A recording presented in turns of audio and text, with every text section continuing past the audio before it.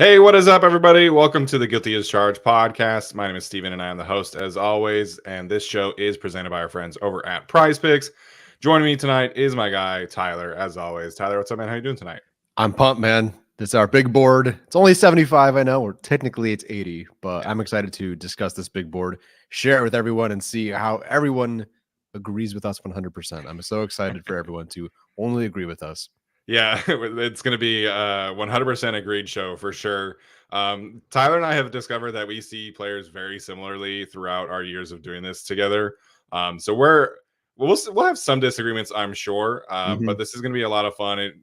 Like we talked about previously, this is definitely a labor of love, and I'm excited to get this out to you. So I think we're each at pretty close to 150 graded players. I have some other like day three guys I want to get to and watch before I really finish watching film. So that'll happen. I usually try and end my film study by Sunday. So got a couple more days to wrap it up. But for this show, the top 75, top 80 is definitely solidified at this point in time. Yeah, I would say so. I'll probably get to like 165 just to sprinkle in some names. There's a couple of defensive backs that you've watched that I've not watched who might have been in my top 80 or at least top 100. Just didn't get to them. Nature of the business, trying to find different players, different spots. So yeah, I'm at 151, and I'm just trying to find like fill in the gaps. Make sure like the top 100 on the consensus board is figured out. But yeah, it's been a labor of love, and I've had a lot of fun doing this. I think this is the most analyzed I've had the top 100 um, since we've been doing it. Like just looking at the consensus board, making sure I got every name checked. Because last year the Chargers drafted Tuli Tuipulotu, and I was like, I didn't watch him. Oops. Because I watched every other player but him on accident. So Yeah. maybe I'll just like pretend I didn't watch Marvin Harrison Jr. and Yeah. that'll work from the Chargers' favor. There you go. There you go. Yeah, there were some players that unfortunately resources just did not get to. So Christian Haynes from Connecticut is probably like the biggest, or not biggest, I guess, because he's an offensive lineman, but like the highest graded player on the consensus board that I did not get to. But for the most part, I feel like I got to like the important ones. So we'll see how it goes. Regarding the press conference today from Mr. Joe Ortiz and a little bit of Chad Alexander, really would have loved to hear from him a little bit more, but it is what it is. We'll cover our takeaways there on Saturday. We are going to be going live on Saturday, like we mentioned previously. So we'll have some takeaways from that to discuss before we get into live questions that day. But today we wanted to dedicate this episode purely to the big board. And, if anybody else in here grades and watches and ranks players, what kind of time it takes to put into ranking these players and sorting them out and putting grades on them. And so a lot of background information comes late into the process from like Dane Brugler and things like that. Alex Katzen has helped us put together some stuff as well. So then you move players up and down, and then something happens like Tavondre Sweat gets arrested, and then they go down again. So it just there's a lot of moving pieces throughout this board, but I'm excited to dive into it tonight, and we'll see where we agree, disagree. We will also highlight like some players that we are higher on from the consensus board and lower on. So we'll have both of those conversations, give little blurbs. This is also our opportunity to talk about players that we haven't necessarily talked about, like for Chargers fits. So we can talk about some fun players that are not necessarily Chargers scheme specific or Chargers culture specific or whatever the case is. Yeah, and this is your time. If you're here watching us live, thank you. Fire in any questions about the board. Why do you have this guy lower? Where's this player? And then give us some, cut us some slack. Like if there's a player we didn't watch, I apologize. I know the inevitable, like, where's this player? It's like, guys, I'm a full-time teacher, got a wife, got a life, got a lot to do. And also here's my top 150 or top 75 today. Don't get to everyone, but if you have a player to recommend, great. And yeah, like Steven said, if you watch and you grade and you rank, let us know. Like, I'm very curious what kind of grades you have on some of these guys, because where do you see that we don't, good or bad? Yeah, and that goes for obviously people who are watching this on repeat. If you're not with us live, definitely let us know there. To answer Donnie's question, we will do a mock draft of sorts on Tuesday. That'll be kind of our final thoughts, if you will, before the actual draft happens. And then we'll be live streaming all weekend long. I told Brooke, you can go have a girls' weekend, like do whatever you want to do, because I'm just going to be here at my desk streaming all weekend long. and door dashing some food for dinner or whatever. So it's gonna be a fun weekend. Can't wait to get into that with Tyler and the rest of the guys too. Yeah, good stuff, man. I'm ready for the junk food, door dashing food. Like, just get up, down a pizza, like pee into a bottle, and Yeah. just 10, 12, whatever it is, hours of live streaming. Sounds fun. Last year when we did this, I was like, "Oh, I'm gonna eat like on my way home from work, so then I don't have to eat like during the stream." And then I got hungry anyway, like right before the Chargers picked, and I was like, "Shit, I'm kind of hungry." But hopefully that doesn't happen this year. But I should be definitely better prepared for the hunger and stuff like that. Yeah. All right, shall we get into it? Yeah, let's do it. Let's do it. All right. Our top 75 big board, which is technically just a top 80 big board because we have honorable mentions. As always, and if you've been following us for a while, based on at least 3 games of all 22 watched for these guys, and that's at least 3, based on stats, based on our grading systems, based on their RAS, based on some off-field concerns, injuries, things like that. So I'm sure we'll get into all of it. And first up is our just missed. Yeah, just responding to the live chat here. The Chargers did sign J.K. Dobbins. We are going to talk about that along with the rest of the stuff on Saturday. But just for those who are wondering why we are not touching on that tonight. Okay, so my just missed for me at number 80, I have Malik Mustafa, and then cornerback Renardo Green from Florida State, Kansas edge rusher Austin Booker, and then Florida State defensive tackle Braden Fisk. Missed my cut, and then Penn State tight end Theo Johnson. So we've talked a bit about some of these guys, but I really wanted to highlight Austin Booker. This is a guy who definitely has some concerns, most notably, like he was kind of a designated pass rusher at Kansas. There's like 400 career snaps to his name. But like the way that he was described to me and like just online was as somebody who's like undersized, like he wasn't a starter for Kansas, like all this stuff. And I like the first few plays I watched were run defense snaps, and he was setting the edge. He got a tackle for loss. This was against Texas. He had a great power rush against Christian Jones, who I like quite a bit, the right tackle from Texas, and ended up getting Jonathan Brooks to the ground when not a lot of people got Jonathan Brooks to the ground. So I was just really impressed by the way that he was able to defend the run. And then I think that there's just a lot of things to like. He shows, like, again, it's nothing concrete because he didn't play that much. But there's flashes of a dip and rip. There's flashes of just turning the quarter from a speed rush. There is flashes of a long arm. So I think there is a lot of untapped potential for Kansas edge rusher Austin Booker. And, if the Chargers ended up taking him, I would be pretty excited about him as a developmental edge rusher. So wanted to mention him, wanted to give him a shout out today. And he's in my just miss, but I do like him quite a bit. Yeah, as do I. I wasn't sure, given the number of snaps that he played. Like, okay, what are we getting here? Is this a raw player? And I think I watched Miles Cole from Texas Tech well after. But you talk about 2 different versions of discussing what potential means. Yeah. One of them is Miles Cole in the sense that he's got a lot of athletic gifts and long arms. The film is not great. He will not be on our top 80. I don't believe he's even in my top 100 or maybe even 125. But with Austin Booker, you saw the potential, you saw the flashes. And when guys that don't play that much, and maybe even more impressively so, you don't play that much, but you can show that you can do that much. Oh my goodness, what does another year, 2 years give you? What does that do in Jesse Minter's scheme? Like, what does that do for you as you continue to develop? So Austin Booker, like, I get it. There are guys that are definitely safer bets, and we talked about Booker as being a kind of a one-year wonder, sight unseen kind of player, but he flashed quite a bit. So I completely understand why the Chargers would take him. For me, my just missed at 80 is safety Tyler Nubin, which will be a bit controversial. Then interior offensive lineman Mason McCormick. Then, of course, Hunter Norzad. We've discussed plenty. Wide receiver Malachi Corley from Western Kentucky. And safety Javon Bullard from Georgia. So Nubin, for me, I feel bad with some of these spots because it's not necessarily like a dislike. It's just a other players liked more thing. Yeah. The thing with Nubin for me is I watched him and pretty much picked up on immediately that his athletic testing was not going to be great. Sure. And this is after he had tested. I just don't really look at RAS before I watch players. And I noticed that this is a smart, cerebral, good, sound player, genuinely good film, who I have, a 3rd round grade on. So it's not like I dislike him by any means. but there just was those athletic limitations that I saw on film where even if he understood where to go, couldn't quite get there. Then I looked at the RES and he's a 30th percentile athlete. So again, much better than I would be. Absolutely.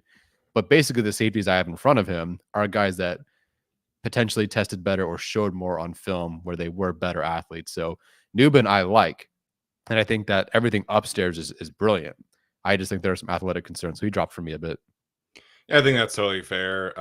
Like you mentioned, I think the IQ, the toughness, the ability to cover, I thought was really outstanding. So I do have Newman higher here on my list, but he kind of has like this safety one wrapped up. I think there are some people who have Cole Bishop. There are some people who have Malik Mustafa, but the consensus seems to be that Newman is safety one, and I don't agree with that for what it's worth. But I think I was surprised to hear how much of a consensus it was. Heck, I could make an argument that Javon Bullard is the best safety in this class. Yeah, I think these guys are all kind of stacked together in a sense, but I like Newman a lot. I do have him higher, but I totally understand the athletic concerns. absolutely. All right, so this is 75 to 61. I guess I'll go first here, and then Tyler can go next. Audric Estime is 75 for me, the running back from Notre Dame. Then I have Roger Rosengarten, the offensive tackle from Washington. Bo Limmer, the interior offensive lineman from Arkansas. Mason Smith, the defensive tackle from LSU, who's gained a lot of steam over the last few weeks on draft Twitter. Jerry Jones, the cornerback from Florida State. Cedric Gray, who I finally watched, it was a drag. His cut up from caddies was 45 minutes long, but I got through it and I ended up getting him into the top 70. So good for him. Chris Braswell, the edge rusher from North Carolina. Hunter Norzad from Penn State. Jatavian Sanders, the tight end from Texas. Marshawn Lloyd, the running back from USC. Kyrie Jackson, the corner from Oregon. Cooper Beebe from Kansas State. Adisa Isaac from Penn State. Patrick Paul from Houston, and then Xavier Worthy at 61, which is probably going to be my most controversial take of this episode. But you and I won't be too far off there. And I just realized my own mistake. I should have TJ Tampa at 76 as just missed, and Ballard should make the top 75. So 75, I do have Ballard. Then I have tight end Ben Sinnott, then safety Malik Mustafa. So we're not too far there. Then wide receiver Javon Baker, then running back Braylon Allen. Defensive tackle De'Vondre Sweat at 70 with an asterisk there, given what happened. Austin Booker at 69. Adisa Isaac from Penn State at 68. Notre Dame's Blake Fisher at 67. Houston's Nelson Caesar at 66. Chris Braswell at 65. Auburn corner DJ James at 64. Patrick Paul at 63. BYU's Steven's favorite Kingsley Swamatea at 62. And Max Melton at 61. All right. I guess for me, like, who do I want to pick here? I don't even know, man. You watched Cooper Beebe last night. Is he higher on this? Oh yeah, baby. Okay, I love right. Cooper Beebe, man. Yeah, Cooper Beebe. I think his film is a ton of fun to watch. His film specifically against Texas was great. There were definitely some losses against Byron Murphy, but that's Byron Murphy. It happens against everybody. Mm-hmm. For me, I think like the arm length is a concern, just like from the sheer. I think that does show up on tape as a guard. I've kind of come to think that Cooper Beebe would be a fantastic center. And I think maybe if I graded him that way, he might have been a little bit higher.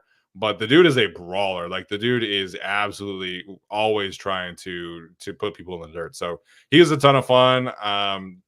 I watched him against Texas Tech, and I felt like he was kind of the best player on the field. So this is a guy who I think the film is great. The measurables are a bit of a concern for me.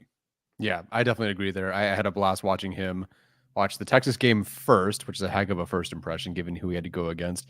Although it wasn't just like Murphy and Sweat. I'd say only 50% of the time it was both those guys, and then it was 95, whoever that is. I don't recall. My apologies there to number 5 from Texas, 95 from Texas. But love what he was able to do there. The player actually I want to ask you about real quick, because we hear about Norzad, McCormick, Bortolini, and then of course the big three. I haven't heard a ton about Bo Limmer. Like I didn't know that you had him in the top 75. Like I wouldn't have guessed because he wasn't frequently brought up for us, even though I think we both knew we both liked him. What do you like about Bo Limmer specifically? Yeah, I think one of the reasons why is he is listed as a center, but he has talked about he feels more comfortable at guard. And I do think that he is a zone guard. I don't think he's like a gap and a Mhm. power guard. So he's not super scheme specific to the Chargers. But he's one of the most athletic interior offensive linemen ever tested. And I think that that definitely shows up on tape. I think the positional versatility definitely helps out. But to me, I just love his range. Like he's able to cut off a nose from the right guard spot. I did watch some of his guard tape. He's able to reach to linebackers. He's able to pull and get outside. I think he's one of the more athletic movers in the class. Like I think Tanner Bortolini, he tested like that.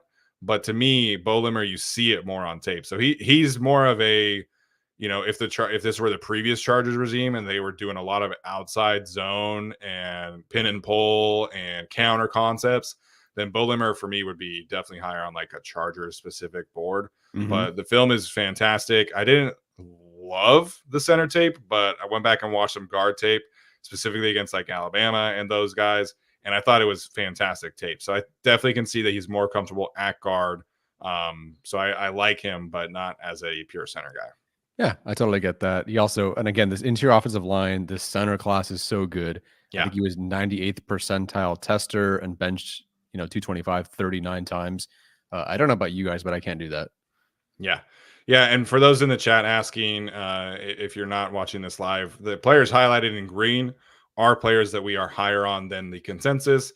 The players in red are the players that we are lower on than the consensus. So for me, Xavier Worthy at 61, it's significantly lower than the consensus. I watched a video today from Matt Harmon. They were talking about the Rams taking Xavier Worthy at 19. I think that would be egregious, but that's just me. I'm not into the small receivers who do one thing. Like he's a one trick pony, and I'm not into that. Yeah, that's definitely not your style. How do I say this? It's not like you don't like speedsters. You just You got would to do rather something else almost, too. yeah, you'd almost rather take like what Polk will talk about, who can attack vertically, different way, but he Yeah. can do a lot more. So I totally get that. I think Worthy's coming up for me pretty soon. So yeah, it definitely, I don't know if it's controversial, but there's definitely a certain way.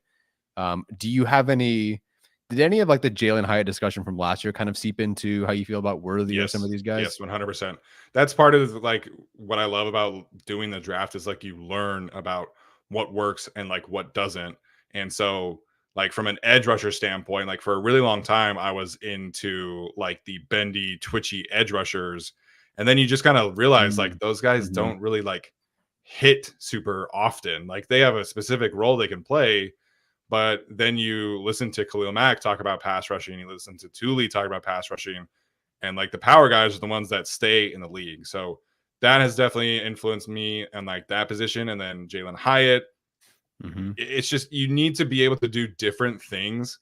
And the bulk of Xavier Worthy's touches are designed touches. And like it's cool that, he can get to you 6 yards after the catch, but I would rather design touches for like a Malachi Corley or like a Zay Flowers, Totally. somebody who can like make people miss. So, some of the stuff about Xavier Worthy's frame, I'm not like super concerned about because he does play with like a good amount of toughness. There's just not a lot of like lateral agility, and there's not a lot of like contested catch ability. There's not a lot of nuanced route running. He's very, very fast, and he's from Fresno, but that's like the only things that I like. And so it's just not enough for me to like grade him highly. And the other fast guy who is only fast is coming up here in a minute. Yeah. Agree there. I think when you're trying to find players that you like more and you rank them higher, they have to be a bit more like scheme agnostic, where like they shouldn't just have to require Andy Reid or and Sean Yeah, McVay to be like, oh wow. And look, and if he went to the Rams, guess what? This is a bummer that you have him at 61. He's not performing that spot for sure. yeah, But if he goes to another team that doesn't really, I don't know, the right, Patriots, let's say right now, I don't really know like what to do with Tyquan Thornton. right. Different players, but like, That's a great call out. That one, and then like Tutu Atwell, I was like, oh man, he's so fast, like he's explosive, and then he's done like nothing in the league because it's the only thing he can do. yeah, So and it's it, just and it took him a while. yeah. Let's have the Tavondre Sweat conversation. I was just about to How say it. Yep. okay? How where did he rank before the arrest and before the Beast came out, Yeah. and how much lower? Because he's not in my top 80. I lowered him like significantly. Hmm. So for you, how did you kind of grade him versus rank him Yeah. after the arrest? Yeah, great question. So I didn't move him super far. I wasn't sure at what point. Like it almost just became like a grade cutoff sort of thing. Like you're gonna fall around ish, or a few 10, maybe 20 spots further than I would have had you. I just think with him, there is a certain rareness to what he can do and who he is. So that'll maintain him in a certain spot. But it is definitely concerning with all the things that have come out. Um, Doing something like that, like everyone's like, oh, well, it's not the worst thing. It's not necessarily the thing. It's that you did it. And it's that you It's the knew you had judgment. this. Yeah. It's the judgment call. Right. Exactly. And for what it's worth, I also don't have Jermaine Burton on here. I didn't grade him, but that is a whole other thing that we Yeah. could have gotten into. I didn't grade him. Not that I'm refusing to, I just haven't yet. So with Sweat, like I don't think he would have cracked my top 60 by any means, but I moved him a good chunk down. And then from there, I'm just going to keep like, this is a player that I'm going to keep an eye on like for the next few days and really just see like, okay, do I feel comfortable even having him here? Because I could definitely move him back. Like I would feel more comfortable taking a Ben Sinnott over a Tavondre Sweat, or Mustafa or Baker or Allen or whatever. I just think like this is a fine spot for him right now, but it was concerning what happened. Sorry, was You're good. trying to sneeze or not. Yeah, I think it's just like a decision making thing. And then Dane Brugler writes that he had like this reputation of just being a massive partier. Not that I'm against like people who go out and party, that's fine. Like the bulk of college students do that. But Right. when it's like mentioned in the Beast that's a concern, and then he goes out and gets a DWI like a month before the draft, it's just you never really know if that's an issue for this individual going forward, and how much does that impact his ability to play football. And Tavondre Sweat in particular, who it has like fitness concerns. I mean, like so do I, but like I'm not a professional athlete. um, You're not 366. yeah, I'm not 366, so it's a concern. I think for me, you watch the film and there's a ton of stuff to like against the run. Yeah. He's so strong and violent with his hands that he almost always was in the backfield or like holding a double team, holding the line of scrimmage. So I had him at like 48 or Yeah. 49 before the arrest, and then I think unfortunately you just kind of have to lower it. So Yeah. the more I read about him on the Beast and things like that, the lower I just moved him down. Like I moved him down after arrest to like 65, and then after I Yeah. read the Beast, it was like now he's in like the 90s. Yeah. No, completely understandable. You can't be a red flag player, different reasons, and then throw a red flag on top of that. Yeah, Judgment's not great. And then at the same time, we're watching what's going on with Rasheed Rice right now. I don't not saying that there's any red flags like this before the draft, but like you can't be making these calls. Like the Chiefs are in a right. completely different position than they were a month ago because of that situation. Yeah, yeah. And not to say that I wouldn't draft these players. Like, Sure. you take a chance on guys who can turn their lives around, and it just kind of becomes about where in the draft do Yeah. you take those people. Yeah, there are definitely levels to red flags. Last one from me, just for BYU tackle Kingsley Suamatea. I know people are higher on him. He is very athletic. There's no doubt about that. I've seen people say, "Hey, I watched the highlights and he was so cool." Yeah, sure. Everybody is, and his highlights are fantastic. The guy can fly down the field like you wouldn't believe. A complete dream in terms of mobility. Was a Feldman's freak. Tested well. Played the part on film. Great. I think he's a player that I think knows he's very athletic and has not brought up the rest of his game to match that. And that's my biggest concern. I think he's very athletic and knows it and can win because of that. Where's the rest of it? Where's some of the grit? Where's some of the finish? Where's some of the polish? Not that you have to be perfect at this stage, and it's not like he's a top 20 player. There's a lot left to be desired, and I think he had more to show for someone who is so athletic. You wish there was more. I really just wish there was more, because the way he was talked about was like, wow, he's Penei Sewell athletic. And sure, that's fine. Sewell had a whole heck of a lot of technique too, and frankly was still more athletic. So I wish there was more there. Yeah, so for Kingsley, for those who don't know, he is cousins with the Sewells. He's also cousins with the Nakuas. So there's a lot of NFL bloodlines here. There's two Sewell brothers in the NFL right now. Obviously, Puka's in the NFL. The other Sewell is in the UFL, and the other Nakua Sampson is also in the UFL. So football runs in the family for sure. Kingsley Suamatea went to Oregon initially because he wanted to like be the next Panay Sewell. Like that was his thing. Him and Panay are like attached to the hip apparently. So Yeah. I wish he would have stayed there. He would have gotten significantly better coaching at Oregon than at BYU. And then I would have been able to watch him. Also, would have been a lot of fun. So it's just, I think there definitely is a lot to like from the athletic profile standpoint. This is also a guy who was like a renowned boxer in Utah growing up. So there's athletic traits there. I think having not watched him, like that's what you're betting on, and that's kind of his reputation. Yeah, and honestly, if that is your general sense of who he is, I think you get the idea where he's going to go, and I don't think you need to watch him, but still a good player. Yeah. All right, let's get to 60 through 46. Why don't you go first on this one, Tyler? Okay, sounds good. So for 60 through 46, I have Notre Dame corner Cam Hart, then Florida State corner Jerrion Jones, Marshawn Lloyd at 58. At 57, I have Braden Fisk, so I still dislike him more than the consensus, but less than you, I guess.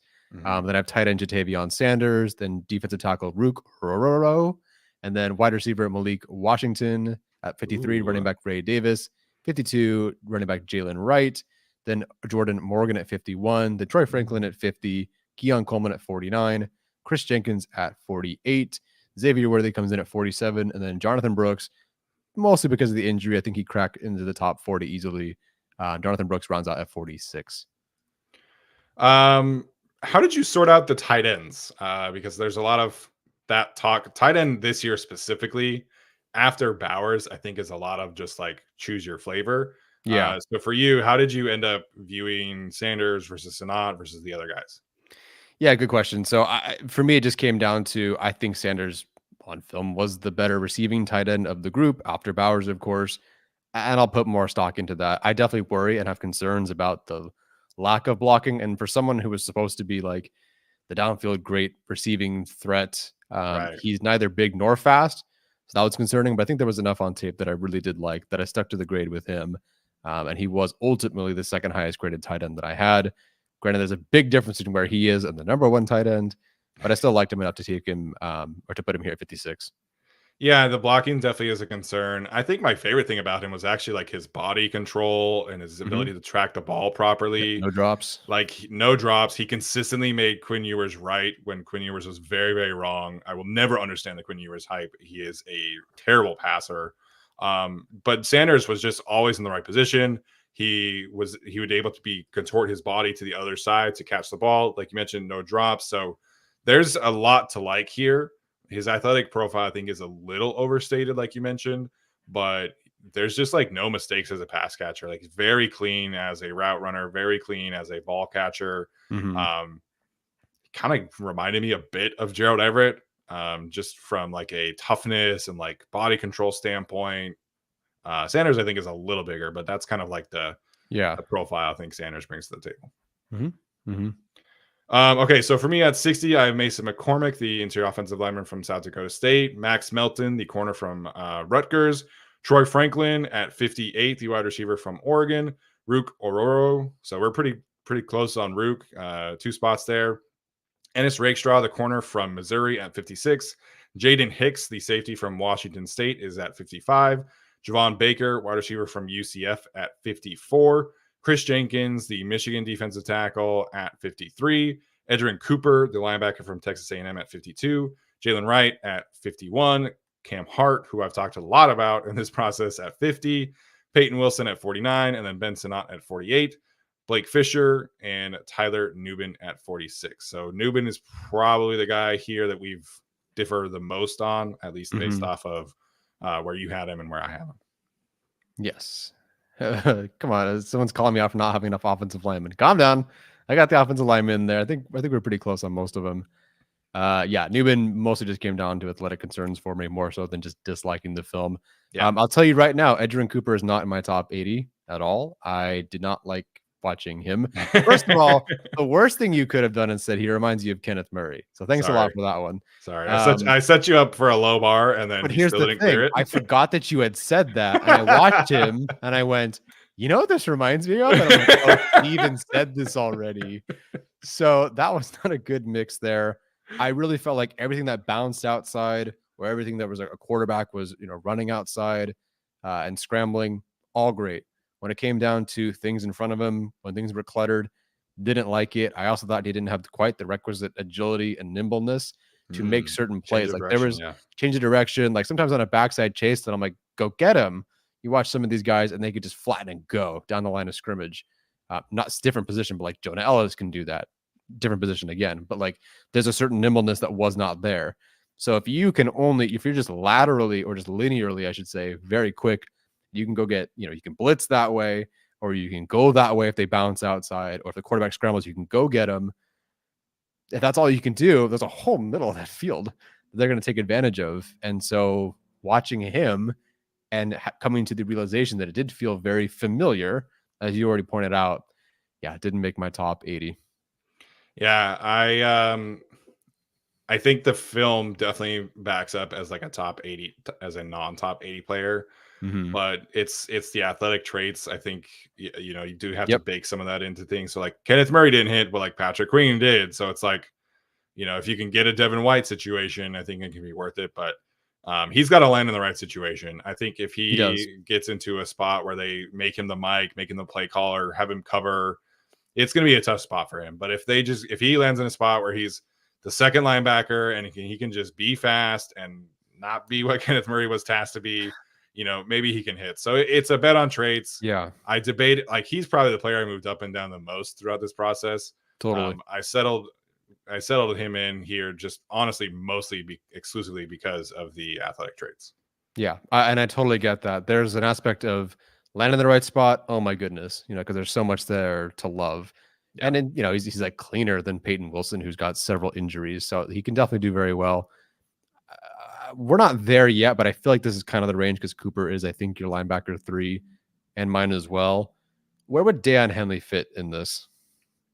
I think he was 4th. So I would probably have him 5th behind Cedric Gray.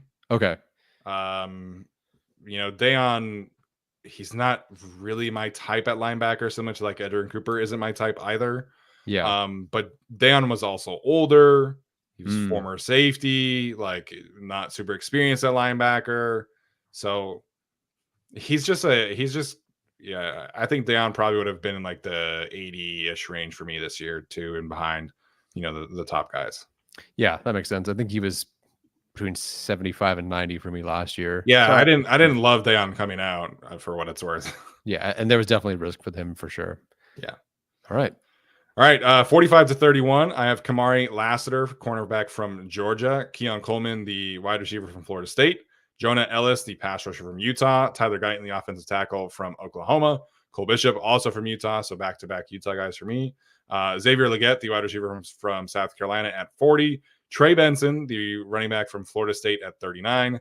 Mike Sainristil, the corner from Michigan. And then his teammate, Roman Wilson, at 37. Braylon Trice at 36, the edge rusher from Washington. Ladd McConkey at 35.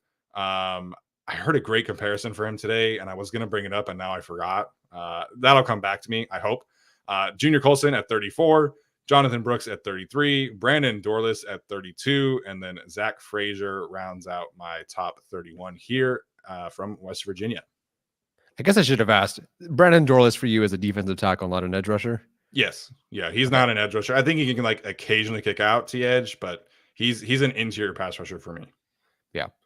I mean, he's obviously on my board too right here, but I want to discuss it right now. Jonah Ellis, man, if he were maybe any bit bigger, he was so much gosh darn fun to watch. I forget which game it was, or if it's several games. Just unblockable. I think next to like Latu, he's got the next best set of rush arsenal to him. I just loved watching Ellis, and then Bishop as well. These two guys from Utah are fantastic. Ellis, I think, is in the 70s in the consensus board. Yeah, he's pretty low. Bishop is like 90s. I don't get that. Like maybe Ellis I get because you think maybe he's just a designated pass rusher in the future because he's not a big, strong, powerful edge setter type. But man, the film was really good. But with Bishop, what is there like? What are we missing with Bishop? Because you, fine, Utah homer, you like him, great. Me, I have him 2 spots higher. Like, Yeah, and I'm a yeah, USC fan. Like, I don't really care about Cole Bishop. Thanks a lot. And I couldn't understand for the life of me why he was so far down. And I think yeah, even with Arjun just posted the, how many different things a safety was asked to do graph. yep, Cole Bishop was number one. That yep. doesn't always mean you're good, but heck, he was involved. The production, the film, the RAS. I don't get why he's as low as he is. No, it doesn't make any sense to me either. This is a guy who has checked like every box possible. He's played a variety of roles for Utah. He was a leader at Utah. He was one of the best players on the team in either Rose Bowl. Like he's shown up in big moments. If you watched a Utah game on ESPN or on Fox, you probably saw Cole Bishop make 4 or 5 plays. Like if you watch the tape against Florida, against Mm-hmm. Baylor, this is a guy who's just all over the field. He can cover tight ends. So he had a great season. He's a younger player in a class that has a bunch of 24-year-old defensive prospects. This is a guy who's a true junior. So he still has a lot of room to grow. He goes down to the Senior Bowl, has a great Senior Bowl, goes to the combine, tests like the best, most athletic safety in the class. Arjun tweets out that he's the most versatile safety in the class. Like, this is not just me being a Utah homer. Like, Tyler has him higher here. I do not understand why draft media is so low on him. Thankfully, like DJ has him, I think, in the 50s. Dane Brugler has him as safety 1 in the 50s. So I do think there's a really good chance that Cole Bishop does go in the second round, maybe as the top safety off the board. But this to me is like exactly what you want in a modern NFL safety. He can cover tight ends, he can blitz, he can play the run, he can do everything that you want. And I don't understand why he's so low on the consensus board. Yeah, me neither. Different positions, obviously, but if you're asking me, okay, which kind of like box role player do you want? Do you want Cole Bishop or like Edgerrin Cooper or Cole Bishop or Jeremiah Trotter or whoever these guys are? Like, I'm going Cole Bishop, and that's a clean, easy one for me. Yeah. Again, different players, but I don't know. He's one I don't quite get. But again, if DJ and Brugler say or think he might go earlier, I get it. Someone's going to panic, but Cole Bishop, I think, is totally worth the selection there. Maybe not at 37 for the Chargers, but I get why he would go to some team in the second round. For me, at 45, I have Roman Wilson. Then I have edge rusher Braylon Trice at 44. Defensive tackle Brendan Dorless at 43. Trey Benson at 42 as my running back 1. Peyton Wilson at 41. Ricky Pearsall at 40. Cole Bishop at 39. Junior Colson as LB1 at 38. Jonah Ellis at 37. Zach Frazier at 36. Mike Sainristil at 35. Cooper Beebe, who I love, at 34. Darius Robinson at 33, Kyrie Jackson at 32, and Adonai Mitchell at 31. Yeah, BB for me, I just love what he did against Texas. And that was just like a first impression thing that I never was able to get rid of. Yeah. What was so impressive is then I watched the Missouri game and I watched the first like quarter and I'm going, where'd he go? And then I realized he's playing right tackle in that game. After switching, he went from left guard to right tackle, obviously against Darius Robinson. And he held his own. I thought he did very, very well there too. And he went back to left guard during that game. For him to just go out and play right tackle all of a sudden, and he's versatile. Like his snaps have shown that. It's not like he's never done this. But be able to just jump out and play over there and hold your own against Missouri was really impressive. So yeah, Missouri's got some dudes up front, even with do. Darius Robinson. They have a bunch of other guys too. Yeah, they absolutely do. So I was just very impressed by him. Center, guard, whatever. Just really like what he showed on film. Adonai Mitchell, I don't know. He's a tough one. I feel like he's like quietly the one that people maybe really like, but aren't so super sure about. And it really comes down to the outlier in the statistics. Just like no one really works with this kind of statistics. I guess now that I'm seeing it, so I'm actually surprised. So Bucky Irving's not in your top 80. Am I correct? No, he's not. But he was really close. He was. I think I put him at like 82. So. Okay. Yeah. I gotcha. Yeah. So for Adonai Mitchell, it's almost like the same-ish thing with me with Bucky Irving. Like, okay, tape's pretty good. And Bucky Irving, I thought was a ball of fun. How often do those certain numbers or certain things work out? I don't know. It's a bit of an outlier. I do play it safer generally with my board and rankings. I think for the most part, Or if it feels like a risk, it's because there's a stat associated or something. I don't like risks. I don't like outliers in a negative sense. So like Mitchell, Irving, those sort of things. So those sort of guys, fall a bit for me. Yeah, Adonai Mitchell is coming up for me. That was an experience, honestly, watching and evaluating Adonai Mitchell. Um, he's so much fun when he's given the opportunity to use his athletic profile. And by that I mean like on crossers, digs, dagger concepts, and then like he has a few goal line like fade reps that are just absurd. Like the athletic traits are all over the place. Mm-hmm. Um, it's just like the consistency Yep. aspect of things. It's just like you could really tell on film that he knew when he wouldn't get the ball, and Yeah. that's just like like there's value in those guys who are going to run every route the same, because even if it's on the opposite side, like you never know like where the attention of the defense is and things like that, and like how much of a decoy you can play. So that is definitely part of it. And then I think there are some concentration drops as well. Yeah. Like the evaluation process did remind me a lot of Quentin Johnston, but Adonai Mm. Mitchell is significantly more athletic in terms of like speed and in Yeah. terms of creativity after the catch.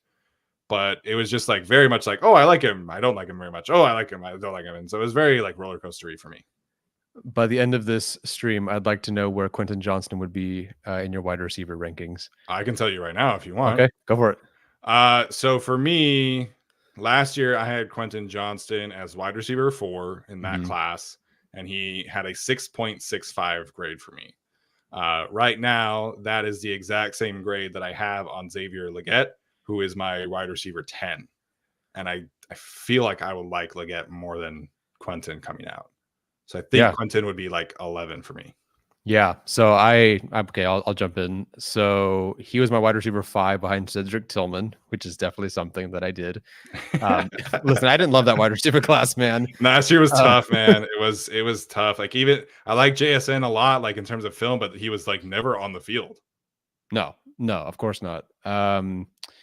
So Quentin Johnston would be wide receiver like 12 or 13 for me. Yeah, And it would come down to like, where am I placing Xavier Worthy or Keon Coleman compared to Quentin Johnston?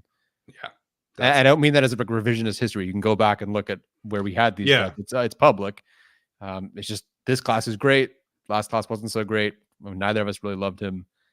Anyway, just figured I'd bring it up. No, it's definitely worth a conversation. I think in general, last year's class I thought was worse, like across the board, Oh but yeah. especially at wide receiver. Like that was just it was not a fun class. Like I think there was good things to like about JSN. I mean, there was good things to like about the prospects overall. There were Mm-hmm. good things to like about Quentin, but it's just like Quentin in this year's class, I think, would struggle to be like a top 50 player in terms of where he was selected. Yeah, Because he'd be in like the Malachi Corley kind of discussion, I think. yeah, because the types of his receiver, Keon Coleman, I think people would like him more. I think people would like Xavier Legette more.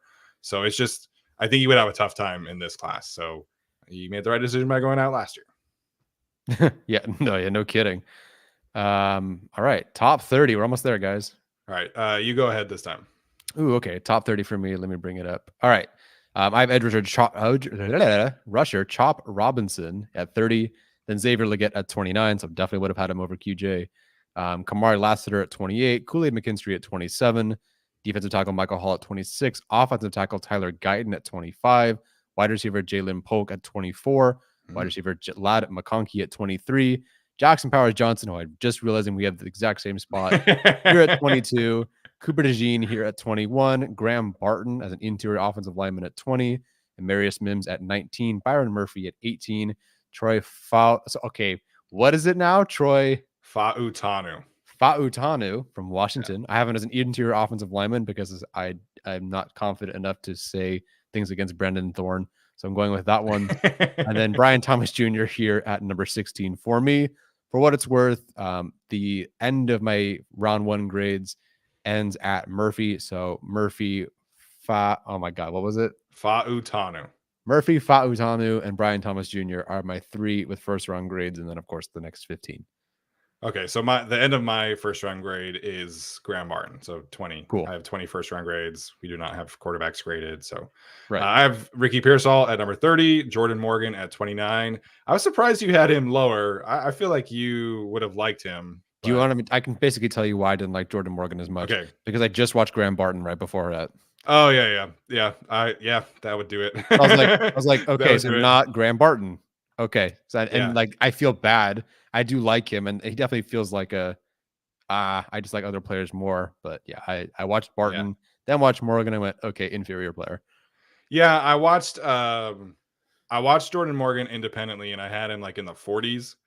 And then I went back and watched his teammates and like watched him in passing and like bumped him up to 29 after that. So Mm-hmm. I think you can definitely see like throughout the season he gets healthier. Like I think if you watch his first game and you watch like the Oh, most recent okay. game, I think you could definitely see a difference there. So yeah. I'm Michael Hall at 28, so very similar. Darius Robinson at 27, Kool-Aid McKinstry at 26. There's a lot of overlap here, is what I'm seeing. Adonai Mitchell Mm-hmm. at 25, Quinion Mitchell at 24, Jalen Polk at 23, Jackson Powers Johnson at 22, Chop Robinson at 21 as my highest second round grade. Graham Barton, my last first round grade at 20. Amarius Mims at 19. Cooper DeJean, the most underrated player by Chargers fans in this class, at 18. 17, Troy Fautanu, and then edge rusher Dallas Turner at 16.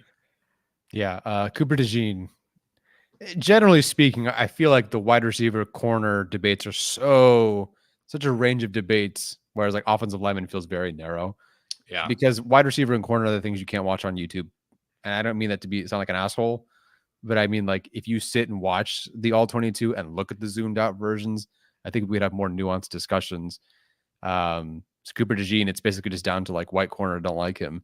And if you think I'm lying, like go watch Steven's mock draft that he did. They basically said that about him and McConkey as a wide receiver. So Yeah. listen, Iowa had to hold offenses to like 3.5 points a game last He year. was basically their scorer. And he had like 2 pick sixes and a punt return for a touchdown. Yeah, right. No, totally. I Cooper DeJean, the corner, the outside corner, I don't think belongs here at 21. If you're just saying, hey, Cooper DeJean is only an outside corner, where does he belong? I don't think he belongs here at 21.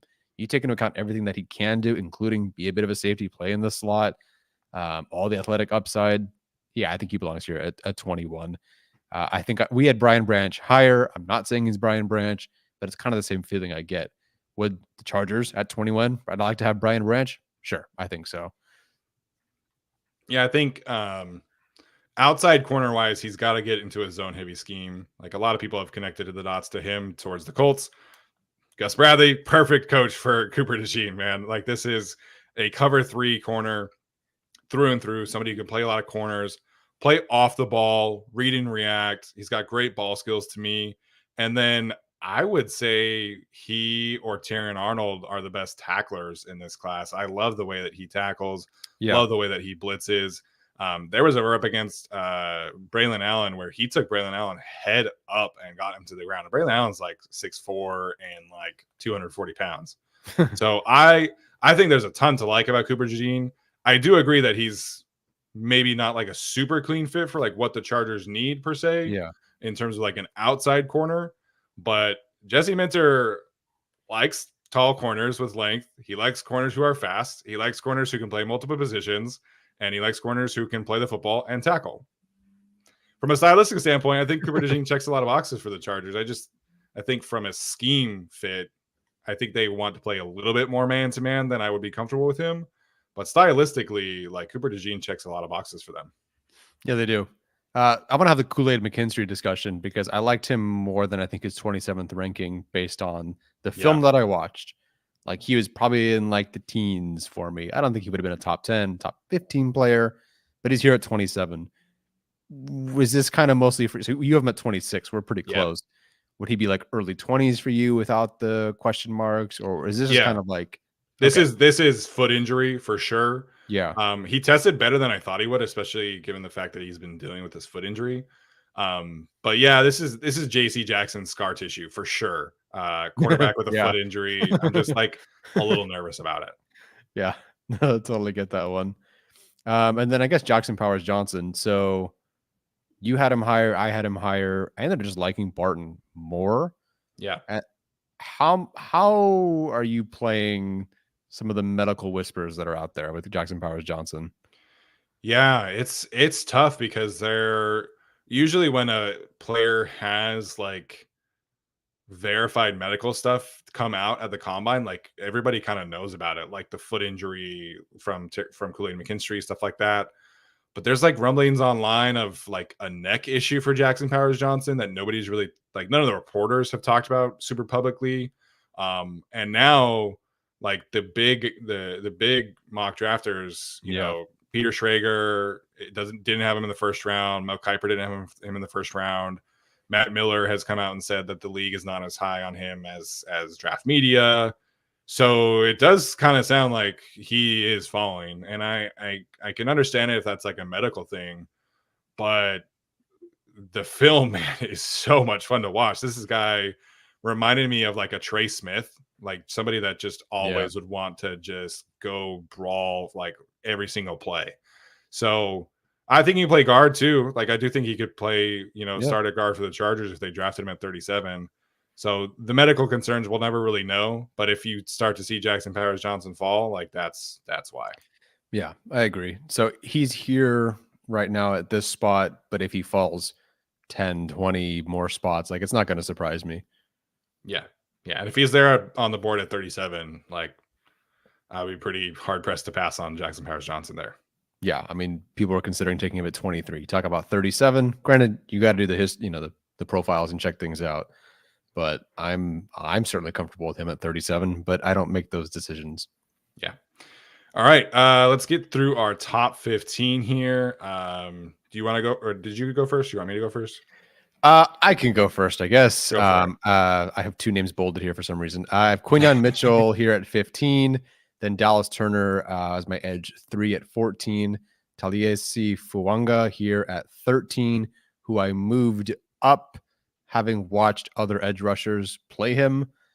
Nate Wiggins as CB2 at number 12, Terrion Arnold as CB1 at 11, then Laiatu Latu, the edge rusher from UCLA at 10, number 9, Johnny Newton, number 8, offensive tackle JC Latham, number 7, edge rusher Jared Verse, number 6, offensive tackle Olu Fashanu, at number 5, offensive tackle Joe Alt, cover your ears, Chargers fans. Number 4, I have Rome Odunze, number 3, Brock Bowers, number 2, Malik Neighbors, and number 1, no surprise, Marvin Harrison Jr. For what it's worth, I do have Brock Bowers graded slightly better than Malik Neighbors, but I did take position value into account here. Yeah, that's totally fair. I think we can talk more about that conversation here in a minute. So Jared Verse is both of our edge one. Is Leatu Latu, that's the medical stuff, right? Yes, I wouldn't have. So there's no conversation for me with those medicals. That Verse will have to be ahead of Latu for me. But if those medicals didn't exist, then I think he's seriously in contention for like a top 5 player in this class for me because I love what he did. Like it's so rare to get the film look that good and the numbers to be that great. I mean, it's just unbelievable pass rusher who I think belongs in the conversation on film with some of the best guys that have come out the last couple of years. It's just the medicals. But unlike like Jackson Powers Johnson, where I feel like so much is kind of trickling out over the last few weeks, Latu, there's a known problem, but it doesn't seem to be like moving him all that much. So it really feels like, and until we hear more, and listen, if he's off your board, Chargers board or whoever team's board, I get it. But until we hear more or see some bigger movement from him, it feels like the league's okay with this right now. Yeah. We'll see how far it goes, obviously, but his tape was too good. Top 10 player for me. Yeah, it's I think he's like the most technically refined player in this class, like regardless of position. That's fair. Yeah. But it's he tested better than I thought he would too. Mm-hmm. But neck injuries and having to medically retire from that neck injury, that scares me, even if he's like got a clean bill of health right now. So him and Verse are like right next to each other for me in grades. But Coach Ed, who trains him, he said today that he thinks of any edge rusher he's ever trained, Latu would be his choice to say, as a rookie, this guy is getting double-digit sacks. And this guy has trained Aiden Hutchinson. He's trained Will Anderson. He's trained like number one overall type players. So for him to say that, like it's not just like, oh, I'm going to bat for my guy. Like putting that out there, like I think that does mean something. So the refinement is off the charts. Like there's some like minor length concerns that show up. I think especially against like Fuanga that showed up. Mm-hmm. But he's athletic enough to turn a corner. He can inside rush. He can outside rush. He can do a cross chop. He can spin. Like he has every tool in his toolbox, and I think he's somebody I could see making like an instant impact. It's just the neck injury makes me question like how long he can play in the league. Right. Right. So for us that we don't have the access to the information, we don't get to see him in person and all that sort of stuff. This is where I feel comfortable having him. But again, there's definitely risk there. I see Terrion Arnold conversation in the chats. Like Jacob mentioned, you guys loved Arnold. I didn't see the shutdown traits. Like, I'll be honest, I think Wiggins and Mitchell probably have a higher ceiling that they could reach. The athletic traits are obviously there. Arnold to me is, I just think, the cleanest of the group outside of the 40, which I didn't think was any bit of an issue for him on film. Yeah. I think the way he plays the ball in the air and specifically the way he sheds and hits in the run game. So you got to watch a lot of Alabama defense, watching Braswell and Justin E. I can't remember say his last name. Yeah. And some opposing, LSU players or whatever. And Arnold was just consistently on film. The guys that I think end up being my favorite sometimes, or if I move them up a little bit, they're just the peripheral standouts. You're not there to watch them, but they pop. Yeah. And Arnold just does that. And I think you look at Arnold versus Mitchell, Mitchell fast as heck, maybe has the higher ceiling given the athletic traits. Doesn't hit, doesn't play the run, doesn't play screens like Arnold. And so I think just overall, I like him more. I get why Wiggins should be like Wiggins more. I'd like to get with someone like Mitchell more, but Arnold just won me over on tape pretty instantly. Yeah, and I think his what's up here is going to allow him to overcompensate for his lack of. I mean, like he's not slow. Like he ran a 4.5. Like he's plenty fast. Sure. He's just not Nate Wiggins 4.2, Quinion 4.33, and that's fine. Like I don't disagree with them potentially having higher ceilings. Although Nate Wiggins' frame does scare me. I do have him in CB2, but his frame, it does concern me. But I think he also does enough to overcompensate it. But there's a play against Ole Miss that I think really tells you the kind of like mental athlete Terrion Arnold is, because he's in, I want to say, quarters. So he's basically got like the boundary on one side, and one of the Ole Miss receivers is running a post route, and the play kind of extends a bit. So he's running like a deep post, like opposite sideline of Terrion Arnold. And Arnold recognized it like instantly. He's able to diagnose that play. He's able to get in the right position. He undercuts the ball, picks it off, and returns it for like 45 yards. And he's talked about this publicly, just like how much film he watches. Like people say that they're a film junkie, but his, similar to like a Junior Colson, it shows up all over the place. Run defense, blitzing, coverage. He's just on top of things like at a really high level. So I think his mental fortitude, if you will, is going to overcompensate his lack of a 4.4 frame. There's some size concerns for some people out there, but he's 5'11", like he's 185, I think. So he's plenty big for me. Some people view him best as like in the slot. That's fine. Yeah, I think he can play both spots. And I think today's NFL, every team plays enough 11 personnel where he's going to be a starting caliber player. Maybe he kicks into the slot on like true third down situations, but he's a guy who can make an impact regardless of where you put him. He's a fantastic blitzer. He's a fantastic tackler. So there's, if he doesn't check every single box for you because he ran a 4.5, I get it. But there's everything else that you could possibly want. And then he's totally comfortable being on an island. He talked about that at the combine, where he was like, he views playing corner like his uncle, who's a professional roofer, and how like it's like his uncle just has like him and the rope. Like he has to be comfortable going out and roofing. Otherwise, like he can't do his job properly. So there's just enough of like a makeup there for me to really bet on him and just not be concerned about a 4.5. It's not like he ran like a 4.65. Like Kamari Lassiter, we really like. He ran a 4.62 at his pro day, which is probably even slower at the combine. So I'm not too concerned about his lack of long speed because he ran a 4.51. Like, I think he's plenty fast. I think you can overcompensate it because of how smart he is. Yeah. All right. Want to read off your top 15? Yeah, so I have Byron Murphy at 15, Talise Fuanga at 14, Nate Wiggins at 13, Brian Thomas Jr. at 12. He's probably the player I am least comfortable with on this list. I agree. But we can talk about him too.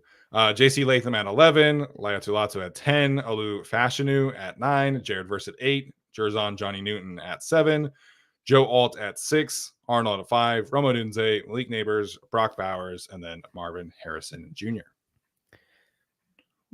Love it. The one player to me that always cracks me up, because this player basically the most like I have not moved this player outside of maybe like up or down one spot is Johnny Newton. And yet I feel like he's moved up or down board, well, just down boards, like anywhere between 20 and 30 spots. And then he just ended up back as a good, like everyone's like, oh yeah, he's a good player. Like, I don't know what happened with Newton, because he so clearly was great. The film is clearly so great, and he's so balanced, run defender, pass rusher, great at both. And everyone's like, I don't know, defensive tackle. Wow, look at Murphy. And Murphy's great, don't get me wrong.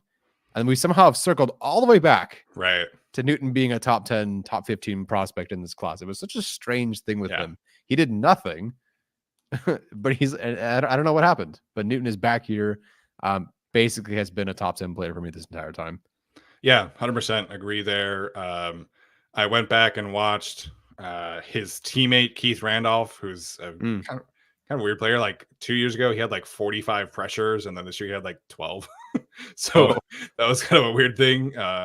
But just he was all over the tape. Like you watch him against Michigan, you watch him against Penn State, who have NFL offensive linemen on this list, and Michigan's the Joe Moore Award for 3 years straight. And Newton's just like constantly in the backfield. And I know that some people think he can't play the run.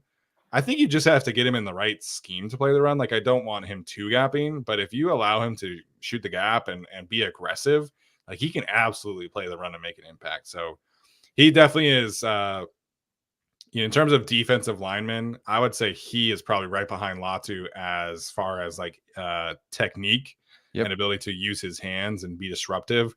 We've talked about this before, but there are reps of him at the edge where he's like using his hands to beat offensive tackles and get to the quarterback. So I love Johnny Newton. I would be thrilled in a trade down situation where they take him at 11 potentially and just shore up that defensive line spot would be a fantastic outcome. Yeah, I agree. And there's even plays where I think it's like the first play I watched, maybe it was Wisconsin, where like he's not really a part of the play. It's running away from him, but he's still like chasing the ball carrier 25 yards to the left.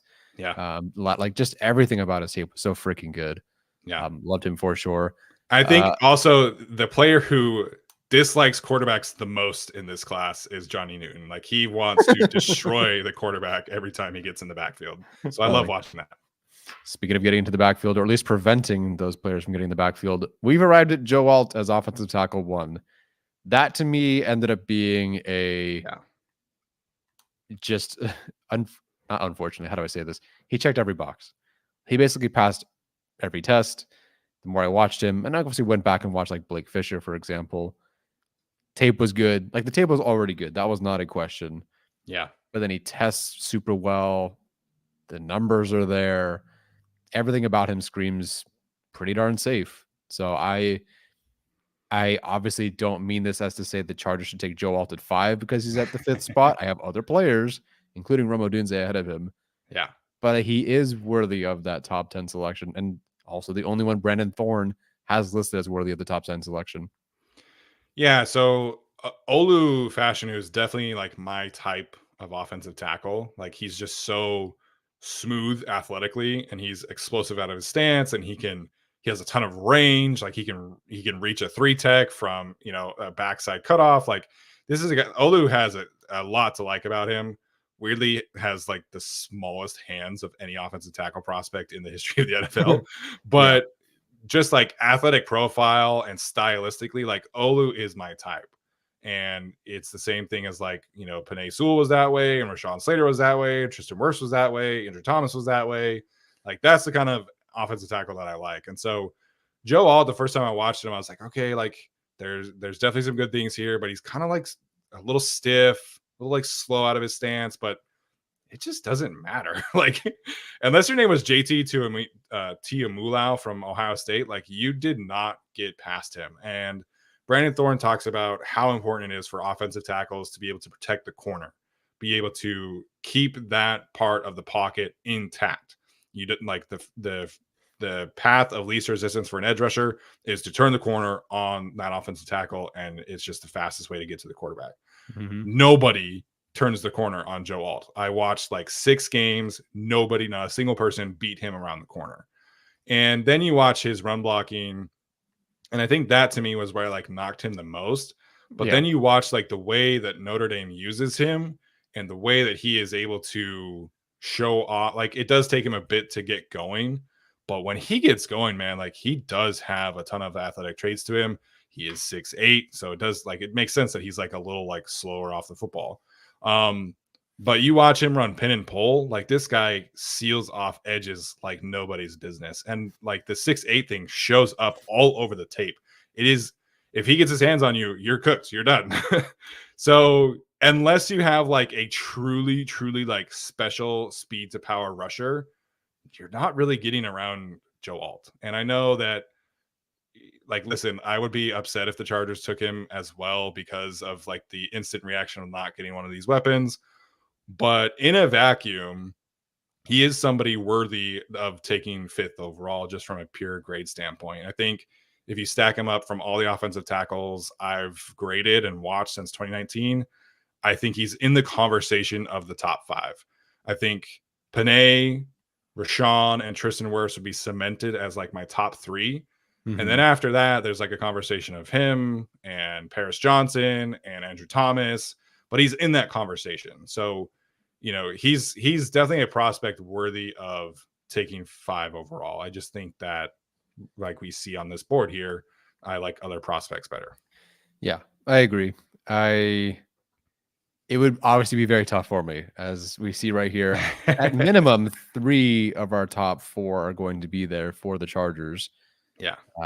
at minimum, and there's great players there, so it would be a bummer. At the same time, man, like everything about the strength and conditioning program goes through the offensive line. They've said as much for the Chargers, Yeah. and obviously, 2-time, 2 years in a row, Joe Moore Award winner, and then another award for the best interior offensive lineman in the country, with their center who went to the Seahawks. Like Michigan, the Ravens, obviously, Greg Roman, like everything about, they know how to get offensive line play done right. And honestly, he's I as blasphemous as it sounds, I think he's more likely to hit his ceiling, even if you think that's lower, with the Chargers and Jim Harbaugh than Malik Neighbors is. Because I don't Mhm. know for sure. I can't definitively say that Harbaugh, Greg Roman, and these guys will be able to get Malik Neighbors to his ceiling as far as they can push Joe Alt's ceiling or even Latham's ceiling or some of these offensive linemen. Yeah. Because that's just their thing. Like they literally said, our program is built around the offensive line. And so, again, I have preferences. It would be a very muted response on draft night if they took Joe Alt at 5, for very other reasons too, including Pipkins and fit and switching, etc. But Joe Alt the prospect. And the other thing here is we're also talking about Joe Alt the prospect, not Joe Alt the prospect that has to switch to right tackle. Right. Now there are Right. concerns, right? But this is Joe Alt the left tackle that we are grading. And sure, there's some discussion about left or right, but that's now everybody. So like Latham to left, or Fashanu to right, like Fashanu to right. It's different. So this is not a Chargers board. This is ours. Anyways, my long-winded way of saying I would get why they'd take Joe Alt at 5. He's probably going to be really good if they take him at 5. Yeah. Just have preferences. I think your conversation about who's more likely to hit their ceiling on the Chargers is a fair one because you look at this regime who's going to want to run the football a lot. It's not like they have a legitimate like wide receiver whisperer coach at the position coach. Sanjay Lal, he's been in the league for a long time, but he's never really stuck around at one spot for more than like 2 years. And he doesn't really have like an awesome track record of developing wide receivers. Uh, you look at the Ravens, they drafted a lot of wide receivers. None of them really like hit super well. So Yep. I think that's a fair conversation to have because some of that is going to be happening within the Chargers building. Who do we feel best about hitting their ceiling with? And I think Joe Alt is a good conversation there. I think stylistically, Latham and Fuanga are more their type than I what agree. Alt is. If you look at like who Harbaugh and Roman had in San Francisco, who they've had at Michigan, who the Ravens have had an offensive tackle, Fuanga and Latham are definitely more their type. So if you're the Chargers and like offensive line is your goal, then you're probably trading down and targeting one of those players instead of taking Alt. But Yeah. I think I just like Marvin Harrison Jr. at number 1 for me. Like Newton, he never moved. Like I tried to like look at Malik Neighbors, and be like, okay, like what's he do better than Marvin? I tried to do the same thing with Bowers, with Odunze, and I just like I couldn't move off of Marvin Harrison Jr. at number 1. He has tied with Penei Sewell as the highest grade of any player I've done while doing this. He is the highest graded wide receiver I've ever rated as well. Yeah. Malik Neighbors is not too far behind, but he is behind, and so it would be really tough for me to look at Marvin Harrison Jr. and who he is as a wide receiver prospect and not take that guy. And same thing with Malik Neighbors. So it's just like who they are as a prospect is a very clear tier higher for me than Joe Alt is. And same thing with like Terran Arnold, same thing with Johnny Newton. So that's just kind of a preference, right? Of like, this is part of the draft. Yeah. You want to take who you like the best. And for me and for a lot of Chargers fans, it's one of these wide receivers. I think what comes down with Marvin Harrison Jr., so much of the context I think matters. So much of the all 22 matters. I forget whose stat it was. So apologize if I'm ripping off your stat here, but it was basically defenses did everything they possibly could to stop Marvin Harrison Jr. and his success rate was the best that anyone's ever had against doubles or whatever it was when the defense throws X amount of coverages your way. Like to have the quarterback situation. Yeah, probably. To have the kind of success that he had, the greatest success possible against the most defense a defense could throw at you, while your quarterback is not very good. I mean, to be that successful and that great is fantastic. And we've had 2 years of this. You could argue maybe last year was better. Fine. CJ Stroud. Hello. But it's a little easier. Makes life a little bit easier. Some of these guys, with Marvin Harrison Jr., I just don't overthink it. There's a couple, I forget which 2 routes it is, but on reception perception that Matt Harmon has, there's 2 routes for Marvin Harrison Jr. where his success rate is 100. And it's not a screen. It's not a screen. Yeah. That's also probably 100. Yeah. It's like digs and something else. Like a success rate is 100. 100%. Like your success rate on a route is 100%. That should be a screen. It's not. Like he's just incredible. My highest graded receiver, of course, ever, followed by Jamar Chase. And I think Marvin Harrison Jr. is just awesome. And the funny thing about the way that Marvin Harrison Jr. and Malik Neighbors are compared about like their yards after catch stuff, it's kind of funny because the difference in the yards after catch per reception is like 0.3. Yeah. They're very close to each other. It's very funny how they're both perceived. Now, I would not classify Marvin Harrison Jr. as a yak guy. I'm just saying it's funny that they're so differently discussed when their numbers are actually pretty similar. Yeah, different styles. Malik is very much like a make you miss and run past you. Nate Tice also said, like, just from like a yak standpoint, Marvin reminded him of Devontae Smith, who was just like, I'm smarter than you. I'm going to take better angles. I'm going to run over you when I need to. And like he's not like super laterally quick, but like he still creates yak like nobody's business. So he hit 23 miles per hour multiple times this past season, higher times than Malik Neighbors did. Malik Neighbors never hit 23 miles per hour in his college career. So it is funny like how the narratives are formed about these two players, and you can like both.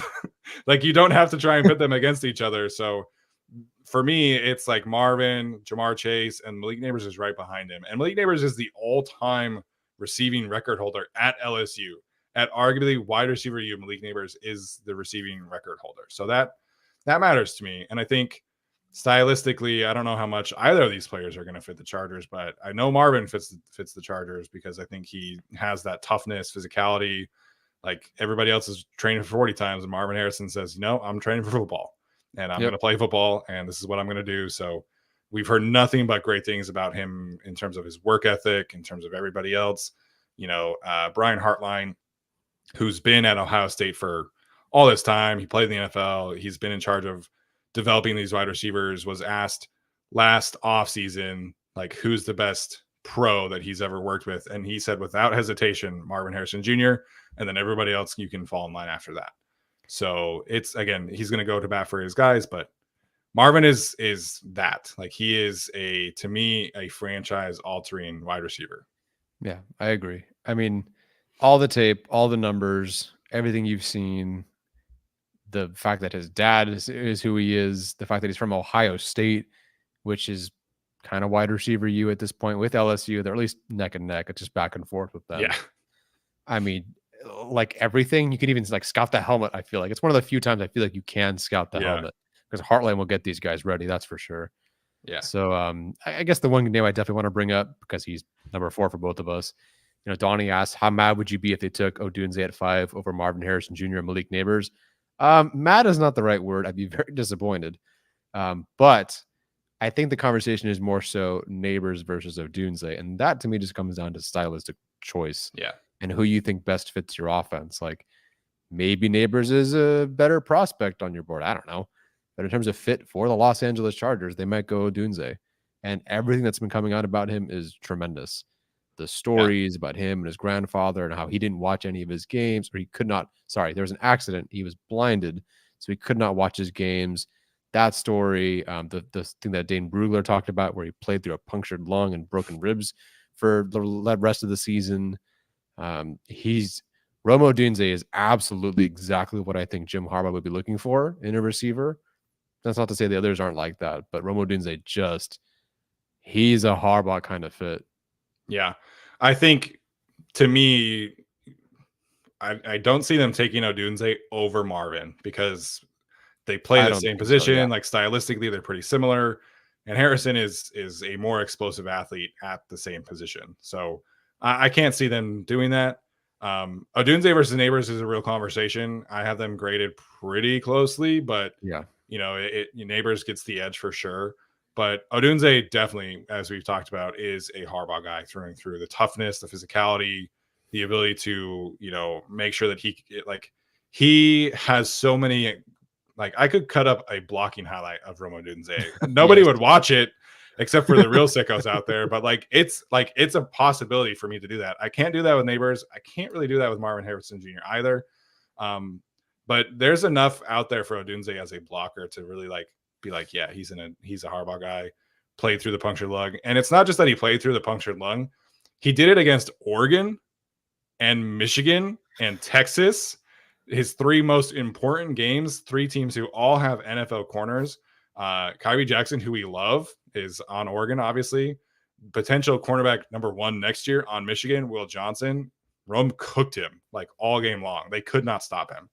So I would not be surprised if they took Odunze over Neighbors. I wouldn't be as disappointed as you because I do think that Odunze stylistically really fits what they want. But I would be kind of surprised just because there's been so I kind of think Neighbors and Odunze are neck and neck, but a lot of people think it's Neighbors and Harrison are in their own tier, and then Odunze is after that. So I would be surprised just because of the way the draft cycle has played out, but I would get it and I would support it because I do really like Odunze as well. Yeah. So the disappointment was from passing on Marvin Harrison Jr. in that scenario. Okay, my mistake. In terms of Malik Neighbors, I don't know if disappointed is the right word. Obviously, I have Malik Neighbors higher, but it's pretty close. I see him and Odunze in their same tier, with Marvin Harrison Jr. being the only guy, the only unicorn. And Brock Bowers, for that matter, actually, I do think is technically in his own tier. He's just a tight end, so I guess there's a bit of position value there. Yeah, but yeah, I think these 4 players here are just tremendous and special, and the Chargers should come away with one of these guys. Yeah, these top 4 all blue chip players for me, in their own tier. After that, you're talking about Arnold and Alton, Newton, and Verse are pretty closely together. So I don't know, man. It's going to be really interesting to see. I would love to see them come away with one of these top weapons. That is my number one preference here. So if it's Odunze, I'm thrilled, man. I think Odunze would be great for this Chargers team. I think he fits rather cleanly as a Mike Williams replacement in terms of like all the contested catch stuff. So that would be a lot of fun. Honestly, I really do think it would. Yeah, absolutely. All right, that is our top 75/80. All right. 120, an hour 20 of our big board. So Tyler, was there anybody now that we did this that you were like, ah, man, I wish I would have had that guy lower or higher?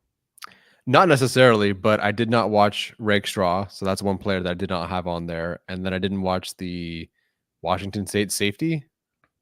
Jaden Hicks. There you go. Yeah. I did not watch him. So for anyone wondering, I did not watch those guys yet. Those are the two DBs I didn't have.